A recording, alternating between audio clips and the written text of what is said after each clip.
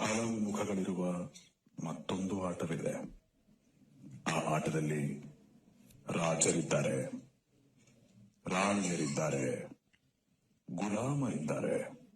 ಆದರೆ ಯಾವುದೇ ಸಂದರ್ಭದಲ್ಲಿ ಆಟದ ದಿಕ್ಕನ್ನೇ ಬದಲಾಯಿಸುವ ತಾಕತ್ತಿರೋದು ಕೇವಲ ಜೋಕರ್ಗೆ ಮಾತ್ರ.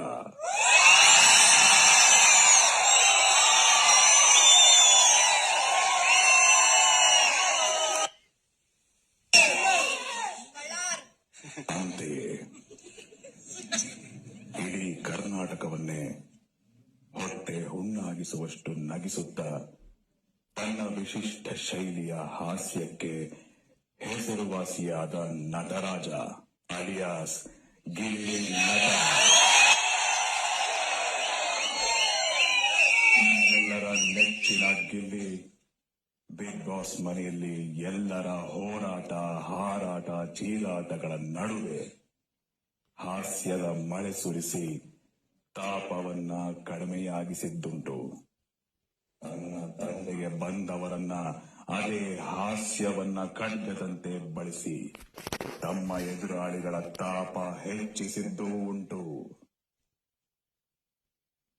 ಎದುರಾಳಿಗಳನ್ನ ಬಿಡಲಿಲ್ಲ, ತನ್ನವರನ್ನ ಬಿಟ್ಟುಕೊಡಲಿಲ್ಲ.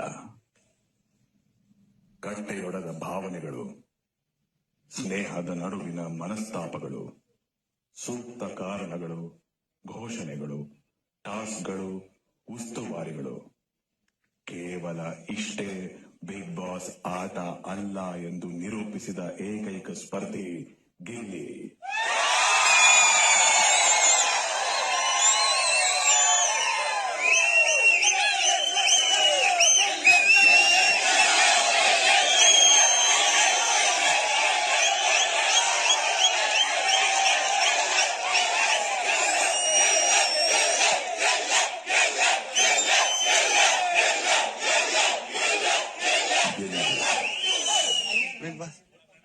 ನಗುವು ಸಹಜದ ಧರ್ಮ, ನಗಿಸುವುದು ಪರಧರ್ಮ ಎಂಬ ಕವಿಯೋಕ್ತಿಯನ್ನ ಸಾಕಾರಗೊಳಿಸಿದ ನಿಮ್ಮ ಈ ಮನೆಯ ಪ್ರಯಾಣ ವಿಶೇಷವಾಗಿತ್ತು, ವಿಶಿಷ್ಟವಾಗಿತ್ತು ಹಾಗೂ ಪ್ರಶಂಸನೀಯವಾಗಿತ್ತು.